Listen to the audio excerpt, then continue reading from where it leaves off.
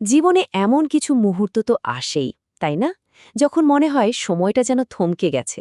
ধরুন, কোনো বিশাল পাহাড়ের চূড়া থেকে মেঘেদের ভেসে যেতে দেখছেন, বা খুব কাছের কোনো মানুষের চোখের গভীরে তাকিয়ে আছেন। আর ঠিক সেই মুহূর্তে ভেতরের সমস্ত কোলাহল, সব চিন্তাভাবনা এক লহমায় উধাও। শরীরের গতি নয়, আমাদের চেতনার গতিটাই যেন থেমে যায়। তখন মনে হয় যা কিছু বলার ছিল, যা কিছু ভাবার ছিল, তার যেন আর কোনো দরকারই নেই। শুধু এক গভীর প্রশান্তি, এক অখণ্ড নীরবতা আমাদের চারপাশটা ঘিরে ধরে। সাধারণত আমাদের মনের ভেতর একটা অবিরাম কথা চালাচালি চলতেই থাকে, ঠিক যেন একটা রেডিও স্টেশন যেটা কখনো বন্ধ হয় না। কাল কি হবে, কেন এমনটা হলো, কি করা উচিত ছিল, হাজারো কথার ভিড় লেগেই আছে। কিন্তু মাঝে মাঝে প্রকৃতির কোনো অপার সৌন্দর্যের সামনে দাঁড়ালে বা কোনো গভীর সুর শুনলে এই ভেতরের বকবকানিটা হঠাৎ করে একদম চুপ হয়ে যায়। তখন আমরা শুধু দেখি, শুনি, শুধু অনুভব করি। কোনো বিচার নেই, কোনো বিশ্লেষণ নেই, আছে শুধু এক বিশুদ্ধ উপস্থিতি। আচ্ছা, এই যে থেমে যাওয়া, এটা আসলে কি? এটা কি শুধুই একটা মানসিক অবস্থা, নাকি এর পেছনে আরও গভীর কিছু লুকিয়ে আছে? প্রাচীন দর্শন বলছে, এই যে থেমে যাওয়ার ক্ষমতা, এই যে স্থিরতা, এটা শুধু আমাদের ব্যক্তিগত অনুভূতি নয়, এটা আসলে এক মহাজাগতিক শক্তি। এমন এক শক্তি যা শুধু আমাদের মনের ভেতরের জগৎকেই নয়, চাইলে বাইরের জগৎকেও স্থির করে দিতে পারে। এই যে যন্ত্রটি আমরা দেখছি, এটা সেই স্থিরতারই একটা প্রতীক।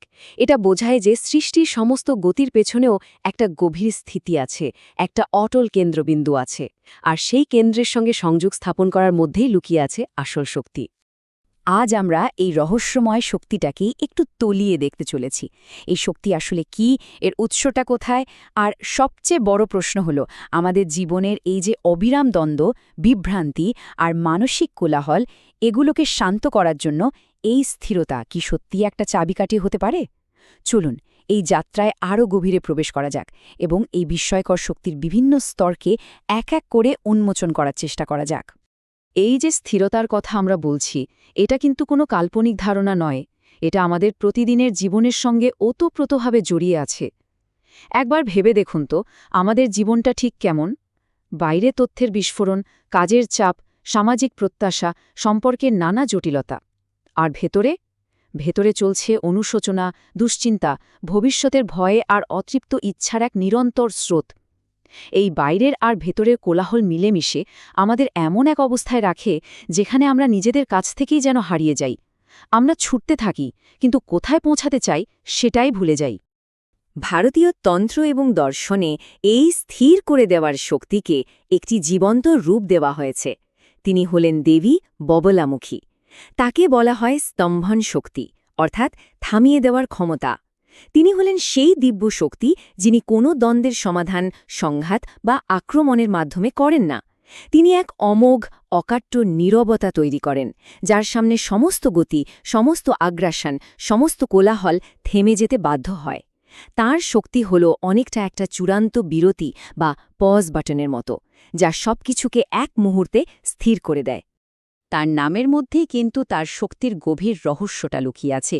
বাগলা শব্দের একটা অর্থ হল লাগাম, যা দিয়ে একটা শক্তিশালী ঘোড়াকে নিয়ন্ত্রণ করা হয়।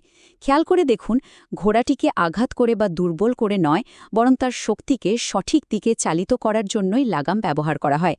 আর মুখী মানে মুখ বা চেহারা, অর্থাৎ দেবী বগলামুখী হলেন তিনি, যার দৃষ্টি বা উপস্থিতিই একটা লাগামের মতো কাজ করে। তিনি আমাদের ভেতরের লাগাম ছাড়া শক্তিগুলোকে, যেমন ধরুন ক্রোধ, লোভ, ভয়, এগুলোকে ধ্বংস করেন না, বরং তাদের গতিকে থামিয়ে দেন, তাদের নিয়ন্ত্রণ করে সঠিক পথে চালিত করেন। তার এই থামিয়ে দেওয়ার শক্তিকে এক ধরনের সম্মোহনী শক্তি বলা হয়ে থাকে, কিন্তু এটা কোনো নেতিবাচক অর্থে সম্মোহন নয়। ভাবুন তো, যখন আমরা জীবনে প্রথমবার তাজমহল দেখি বা কোনো অসাধারণ শিল্পকর্মের সামনে দাঁড়াই, তখন আমাদের কি হয়? আমরা একদম নির্বাক হয়ে যাই, তাই না? আমাদের মনের সমস্ত চিন্তা থেমে যায়। আমরা সেই সৌন্দর্যে এতটাই মগ্ন হয়ে যাই যে আমাদের অহংবোধ কিছুক্ষণের জন্য হারিয়ে যায়। দেবীর শক্তিও ঠিক সেই রকমই। তিনি তার দিব্য সৌন্দর্যের আলোয় আর সত্যের তেজে আমাদের জীবনের সেই সব ভুল ধারণা আর নেতিবাচক অভ্যাসের চক্রকে থামিয়ে দেন, যা আমাদের এগিয়ে যেতে বাধা দিচ্ছিল। এটা এক গভীর আধ্যাত্মিক প্যাটার্ন ইন্টারাপ্ট।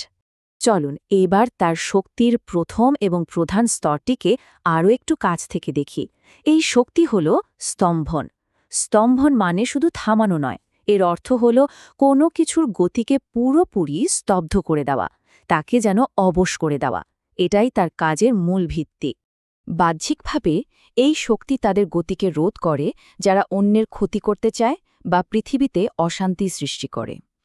কিন্তু এর সবচেয়ে গুরুত্বপূর্ণ আর গভীর প্রয়োগ হল আমাদের নিজেদের ভেতরে। আমাদের প্রত্যেকের মধ্যেই এমন কিছু শক্তি আছে যা প্রায় নিয়ন্ত্রণের বাইরে চলে যায়। যেমন হঠাৎ রেগে যাওয়ার প্রবণতা, যা একবার শুরু হলে আর থামতেই চায় না। বা ধরুন দুশ্চিন্তার চক্র, যা ছোট একটা ভাবনা থেকে শুরু হয়ে রাতের ঘুম কেড়ে নেয়। স্তম্ভন শক্তি হল ঠিক সেই ক্ষমতা যা দিয়ে আমরা এই মানসিক গতির উৎস মুখেই তাদের থামিয়ে দিতে পারি। এটা আমাদের চিন্তার দাসত্ব থেকে মুক্ত করে, তার পর্যবেক্ষক হওয়ার সুযোগ করে দেয়। বেশ, তাহলে মনের কোলাহল থেমে গেল, নেতিবাচক আবেগের স্রোত স্থির হল। কিন্তু তারপর কি? এই যে একটা শূন্যতা বা নীরবতা তৈরি হল, এর উদ্দেশ্যটা কি? এখানেই দেবীর দ্বিতীয় এবং আরও শক্তিশালী অস্ত্রের ভূমিকা আসে। স্তম্ভন বা থামিয়ে দেওয়াটা তো ছিল প্রথম ধাপ, কিন্তু আসল কাজটা শুরু হয় এই নীরবতার মধ্যে। শুনতে হয়তো একটু অদ্ভুত লাগতে পারে, কিন্তু দেবীর চূড়ান্ত অস্ত্র কোনো গদা, তরোয়াল বা চক্র নয়। তার অস্ত্র হল জ্ঞান, আর সেই জ্ঞানকে বলা হয় ব্রহ্মাস্ত্র, অর্থাৎ ব্রহ্মার অস্ত্র, যা পরম সত্যের জ্ঞান। এই ব্রহ্মাস্ত্র কোনো ধ্বংসের অস্ত্র নয়, এটা হল আমাদের ভ্রম বা ইলিউশনকে ভেদ করার অস্ত্র। আর এই অস্ত্রের সবচেয়ে কার্যকর রূপটি হল একটি মাত্র প্রশ্ন, এমন এক প্রশ্ন যা আমাদের সমস্ত ছোট ছোট সমস্যা আর পরিচয়ের অনেক ঊর্ধ্বে নিয়ে যেতে পারে। এটা সত্যি এক বিস্ময়কর ধারণা। আমাদের জীবনে কত সমস্যা, টাকা পয়সা, সম্পর্ক, স্বাস্থ্য, কেরিয়ার, আমরা আমাদের সমস্ত শক্তি আর সময় এই সমস্যাগুলোর সমাধান খুঁজতেই কাটিয়ে দিই। আমরা ভাবি, আমি একজন কর্মী, আমি একজন বাবা বা মা, আমি একজন সফল বা অসফল ব্যক্তি। কিন্তু এই একটি প্রশ্ন, আসলে আমি কে, এই সমস্ত ছোট ছোট পরিচয়ের গোড়াতেই আঘাত করে। যখন আমরা এই প্রশ্নটা নিয়ে স্থির হয়ে বসি, তখন আমাদের মনোযোগ সমস্যার জগৎ থেকে সরে এসে সেই চেতনার উৎসের দিকে যায়, যে এই সব কিছুকে অনুভব করছে। আর যখনই এই গভীর অনুসন্ধান শুরু হয়, বাইরের সমস্যাগুলো ধীরে ধীরে তাদের গুরুত্ব হারাতে শুরু করে। যখন আমাদের মন স্থির হয় এবং আমি কে, এই অনুসন্ধান শুরু হয়, তখন দেবীর তৃতীয় এক আশ্চর্য শক্তি প্রকট হয়। এটা হল যে কোনো পরিস্থিতিকে তার ঠিক বিপরীতে রূপান্তরিত করার ক্ষমতা। যা মনে হচ্ছে পরাজয়, তার মধ্যেই জয়ের সম্ভাবনাকে দেখার দৃষ্টি। যা মনে হচ্ছে অন্ধকার, তার মধ্যেই আলোর উৎসকে খুঁজে পাওয়ার ক্ষমতা। এর মানেটা কি? এর মানে হল এই শক্তি আমাদের শেখায় যে এই মহাবিশ্বে কোনো কিছুই একতরফা নয়। প্রতিটি অবস্থার মধ্যেই তার বিপরীত সম্ভাবনাটা সুপ্ত থাকে। যেখানে অবিরাম কথা আছে, সেখানেই গভীর নীরবতার শক্তি লুকিয়ে আছে। যেখানে আমরা নিজেদের পরাজিত ভাবছি, ঠিক সেই মুহূর্তেই ঘুরে দাঁড়ানোর সবচেয়ে বড় শক্তিটা জন্মায়। আর গভীর দুঃখই তো আমাদের আনন্দের আসল মূল্যটা ছেনায়। এটা কোনো জাদু নয়, এটা হলো বাস্তবতাকে দেখার এক সম্পূর্ণ নতুন দৃষ্টিভঙ্গি। এই শক্তি আমাদের শেখায় যে আমরা পরিস্থিতির শিকার নই, আমরা পরিস্থিতিকে রূপান্তরিত করার ক্ষমতা রাখি। বগলামুখীর যে মূর্তি বা চিত্র আমরা দেখি, তার মধ্যে একটা দৃশ্য খুব প্রতীকী এবং গুরুত্বপূর্ণ। সেখানে তিনি এক অসুরের জিহ্বা ধরে টেনে রেখেছেন। এই দৃশ্যটা প্রথমে দেখলে একটু হিংস্র মনে হতে পারে, কিন্তু এর গভীরে এক অসাধারণ মনস্তাত্ত্বিক সত্য লুকিয়ে আছে। আচ্ছা, এই প্রতিপক্ষটি কে, আর তার জিহ্বা ধরে রাখার অর্থই বা কি? তন্ত্র মতে আমাদের সবচেয়ে বড় শত্রু বাইরে কোথাও নেই, সে আমাদের ভেতরেই বাস করে। সে হল আমাদের অহং বা ইগো, সেই আত্মকেন্দ্রিক সত্তা যা সবসময় নিজেকে সঠিক প্রমাণ করতে চায়, যা সবসময় নিজের গুরুত্ব খোঁজে এবং যা ভয় আর নিরাপত্তাহীনতায় ভোগে।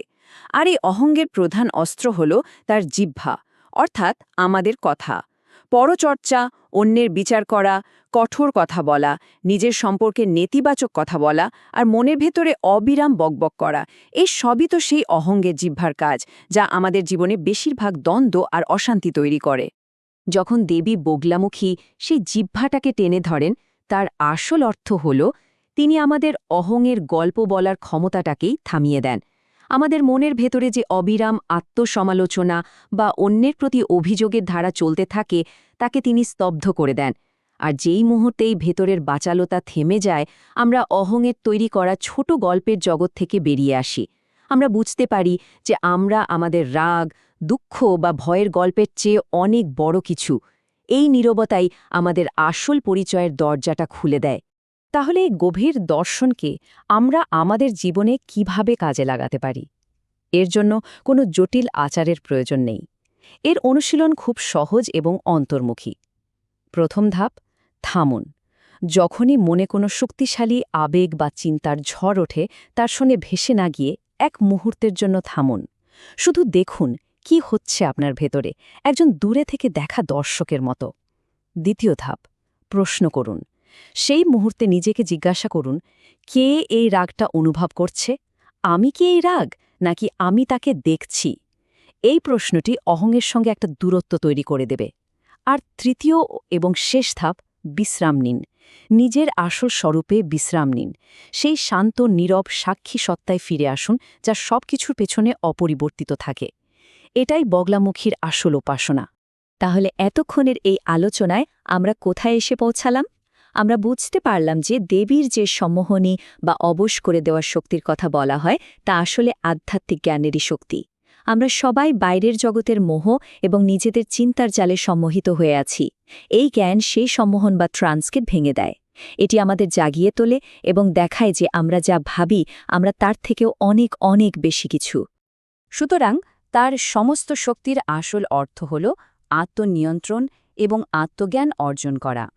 কাউকে অবশ করার অর্থ হল নিজের ভেতরের অস্থির চিন্তার চক্রকে শান্ত করা। বিতর্কে জয়ী হওয়ার অর্থ হল এমন এক গভীর সত্যে স্থিত হওয়া যার জন্য কোনো তর্ক বা যুক্তির প্রয়োজন হয় না, আপনার উপস্থিতি যথেষ্ট।